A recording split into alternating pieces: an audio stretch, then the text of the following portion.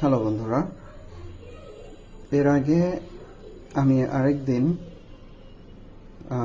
French fry বানিয়েছিলাম। আজকে আবার ট্রাই করব, সো সাথেই থাকুন। এবং আমি আলুগুলো কেটে নিয়েছি, আপনারা দেখতেই পাচ্ছেন। স্লাইস করে ফ্রেঞ্চ ফ্রাই সাইজ করে আমি কেটে নিয়েছি সুন্দর করে।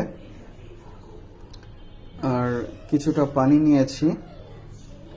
পানি নেওয়ার পরে 2 থেকে 3 মিনিট এটাকে সিদ্ধ করে নেবেন। বেশি করবেন না, বেশি করলে এটা কিন্তু ভেঙে যাবে। হ্যাঁ, 2-3 মিনিট সিদ্ধ করার পরে আমি আবার ব্যাক করছি। আমি ঢেকে দিয়েছি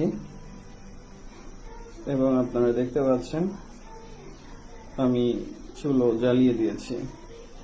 এখন অপেক্ষা 3 মিনিটের। 3 মিনিট পরে আবার আপনাদের সাথে আমি বাকিটা শেয়ার করছি। হ্যালো বন্ধুরা, আমি 3-4 মিনিট পরে এটাকে নামিয়ে ফেলেছি। আপনারা দেখতে পাচ্ছেন এগুলো সিদ্ধ হয়ে গেছে, মানে ফুল সিদ্ধ না হলেও আধা সিদ্ধ হয়ে গেছে। এখন আমি তেল গরম করে আস্তে আস্তে এটাকে প্রসেস করে নিব। তারপর আপনারা দেখতে পারবেন টোটাল প্রসেস শেষে আমি আবার আপনাদের সাথে বাকিটা শেয়ার করছি।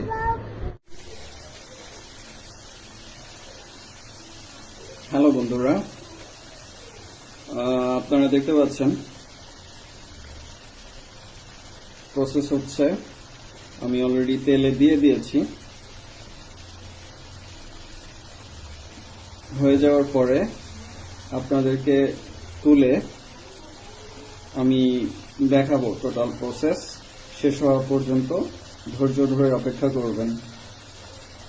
আর দেওয়ার আগে আপনারা স্বাদ মতো লবণ দিয়ে নিতে পারেন, এরপরে ভেজে উঠায় ফেলবেন।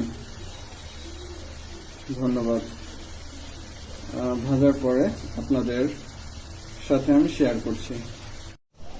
হ্যালো বন্ধুরা, এই হচ্ছে সেই আপনার পছন্দের আলু ভাজা।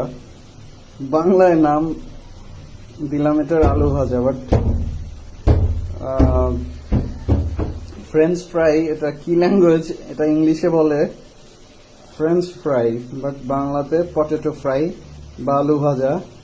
যে নামেই দেন না কেন, এটাকে এখন